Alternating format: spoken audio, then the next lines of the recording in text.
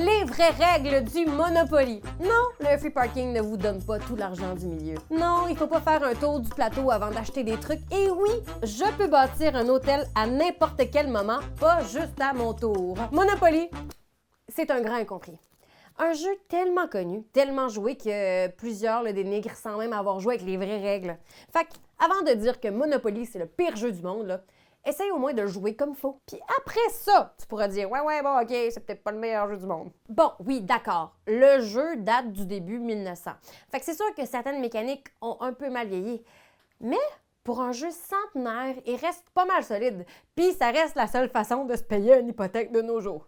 Fait que je vais vous expliquer les règles, puis après ça, je vais vous expliquer pourquoi c'est pas un jeu qui fait l'apologie du capitalisme, mais quand même un peu. C'est compliqué. En tout cas, vous allez voir. Monopoly, les règles. Le but du Monopoly, c'est d'être le dernier joueur ou la dernière joueuse de la partie. Vous êtes éliminé si vous faites faillite, c'est-à-dire si vous avez plus d'argent. Contrairement à beaucoup de jeux modernes, Monopoly est tout simple à mettre en place. Sortez le plateau, mettez les cartes chance et caisse commune à leur remplacement. Ensuite, un joueur ou une joueuse est nommé la banque. C'est un rôle comme les autres, mais il doit gérer le plateau banque. C'est-à-dire, il doit trier toutes les cartes du jeu parce que, comme le veut la tradition, on a toutes garoché dans la boîte à la fin de notre dernière game parce que tout le monde s'en gueulait. Chacune commence avec 1500 $. Et tout le monde place son pion sur la case Go. Pour déterminer le premier joueur, on roule les dés et celui ou celle qui a le résultat le plus élevé commence. À votre tour, ce que vous faites est plutôt simple. Lancez les 2 dés, additionnez le résultat des 2 dés, 1, 2, 3, 4, et après ça, avancez de ce nombre d'espaces sur la planche. 1, 2, 3, 4. Vous réalisez ensuite une action selon la case où vous vous êtes arrêté. Si vous obtenez un double sur vos dés, mettons 2, 5, OK? Vous pouvez faire un deuxième tour de jeu. C'est-à-dire, vous complétez votre première action, puis vous relancez les dés, puis vous faites un autre tour. Puis après ça, mettons, vous pognez encore un double. Mettons, 2, 6. Vous rejouez. Mais attention, si vous roulez des doubles 3 fois de suite, c'est là que vous vous déplacez directement en prison, OK? Bon, les cases de jeu, on est plutôt familier avec. Si vous atterrissez sur une case chance ou une caisse commune, vous piochez la première carte de la pile, mettons, puis vous faites la niaiserie random que ça dit. Gagne 50$, va sur l'avenue Saint-Charles, paye tes taxes, bla bla bla. Hey, ça là, c'est la preuve que le jeu a mal vieilli. Les riches payaient des impôts dans ce temps-là! Si une carte ou un espace vous demande de payer quelque chose, ne mettez pas l'argent au milieu. Non.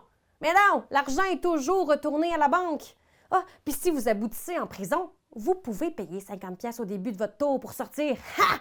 Facile! La prison n'est pas un problème pour moi. J'ai du cash.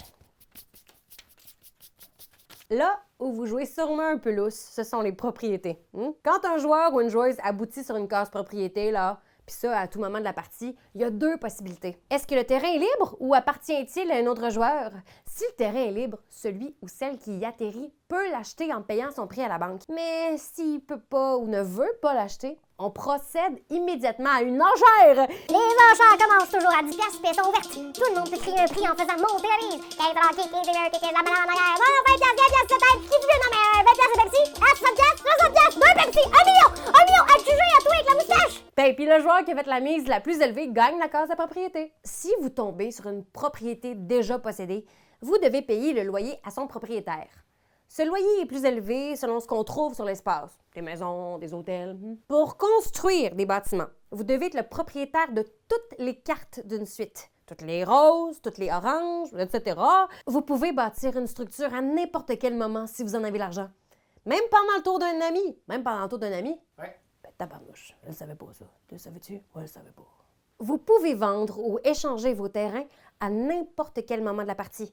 Mais vous ne pouvez pas vendre les maisons ou hôtels qu'on y trouve. Si en cours de partie, vous êtes à court d'argent, vous pouvez vendre vos bâtiments à la banque pour la moitié de leur valeur de construction.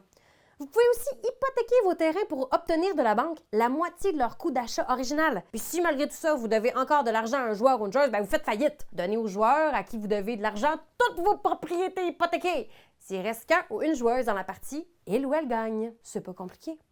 Puis en vrac, quand vous construisez vos maisons, il peut pas y avoir un écart de plus d'une maison entre les terrains d'une même suite. Vous pouvez pas prêter de l'argent aux autres.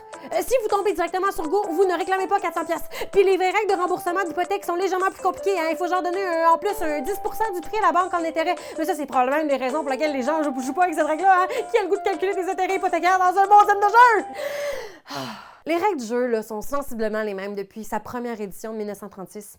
À base, la toute première version du jeu dénonçait les abus du capitalisme et des monopoles. Donc oui, c'est un jeu qui critique le système. C'est une femme du nom de Lizzie McGee qui l'a créé en 1903 sous le nom du Landlord Game. C'était une genre de parodie du comportement des riches créé pour rire et divertir. Le jeu circulait beaucoup à l'époque, sous diverses formes, y compris des copies homemade. Et un dénommé Charles Darrow a créé sa version pirate puis a fini par la vendre à Parker Brothers en 1935. Lizzie McGee a jamais touché de redevance sur les ventes de Monopoly. Et les 1000 versions qui existent aujourd'hui, genre Monopoly Pokémon, Monopoly Mario Bros, Monopoly Donjon Dragon, il y a même Monopoly dans ton trio McValeur, ça se peut-tu? Monopoly est une marque qui rapporte des centaines de millions chaque année encore. Monopoly Go, la version pour téléphone du jeu, là, a remporté 2 milliards de dollars depuis 2023. 2 milliards! Ça a pris des années pour que Hasbro reconnaisse du bout des lèvres l'apport de Lizzie McGee au succès du jeu. Mais là, on annonce un film sur l'histoire de cette grande dame avec Margot Robbie. Alors, je sais pas trop quoi penser de ça. Hasbro coproduit le film, sûrement parce qu'ils veulent surfer sur le succès des films sur les jouets comme Barbie ou Transformers. Fait que ouais, on est rendu très très loin de la critique divertissante du capitalisme. Fac, au final, c'est-tu si important de jouer avec les bonnes règles à Monopoly? C'est pas une forme de pied de nez au système que de créer sa version maison, avec des variantes uniques, comme la possibilité de se voler entre nous quand on tombe sur la case de l'autre joueur, ou juste une variante qui finit la partie dès qu'un joueur a plus d'argent. 0$, t'es dead! Pas d'hypothèque, pas de revente! On compte le cash, puis celui qui en a le plus gagne. Pourquoi les gens jouent encore à ça après 100 ans d'existence? J'aurais aimé ça vous dire que de rejouer à Monopoly pour cette vidéo m'a donné la piqûre, mais non. C'est un jeu correct, que c'est bon moment. La négociation, c'est le fun, mais c'est long, là. On s'entend, il y a beaucoup de jeux modernes qui sont plus courts, plus drôles, plus tactiques et beaucoup moins compliqués.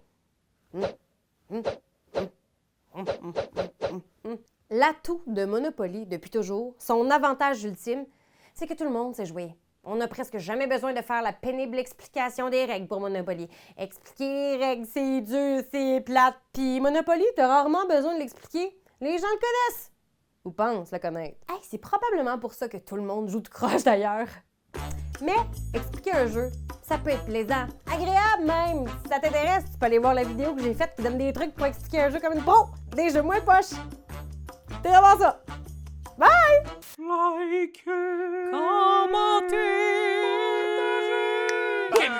C'est juste ça qu'on te demande! Hey, come on! T'as aimé la vidéo? Hey, y'en a plein ici qui pourraient être trop cool! Abonne-toi! Like donc! Pis vas-y, donne des commentaires! Des commentaires, on en veut des tonnes! Tu veux devenir mon patron? Va sur Patreon! Va sur Patreon! Hey! Hey! Ho!